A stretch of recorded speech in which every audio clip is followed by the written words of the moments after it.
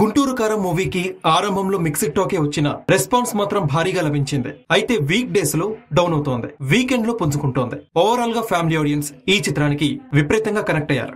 దీన్ని బట్టి అర్థమవుతుంది మహేష్ బాబుకి కుటుంబ ప్రేక్షకుల్లో ఏ రకమైన ఆదరణ ఉందో. ఇక బాక్స్ ఆఫీస్ దగ్గర మూడో వీకెండ్ ని ఉన్నంతలో డీసెంట్ కలెక్షన్స్ తో కంప్లీట్ చేసుకున్న గుంటూరు కారం మూవీ ఓవరాల్ గా వచ్చిన టాక్ కి లాంగ్ రన్ లో పర్వాలేదు అనిపించేలా కలెక్షన్స్ ని సాధించి 84% రేంజ్ లో రికవరీని సొంతం చేసుకుంది అంటే విశేషమనే చెప్పాలి.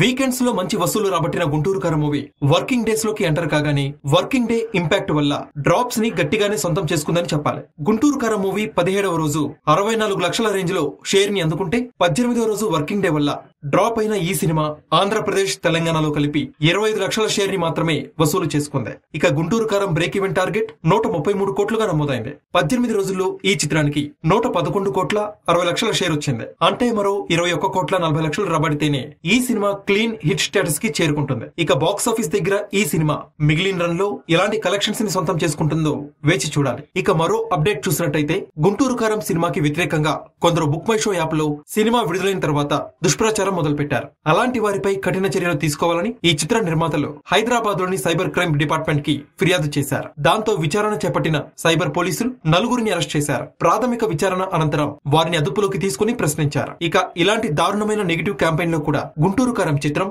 200 కోట్లకు పైగా గ్రాస్ కలెక్షన్స్ రాబట్టింది. ఈ సినిమా పలు చోట్ల బ్రేక్ ఈవెన్ కూడా సాధించింది. అయితే ఓవర్సీస్ లో మాత్రం భారీ నష్టాల్ని చవి చూసింది అని ట్రేడ్ వర్గాలు వెల్లడించాయి.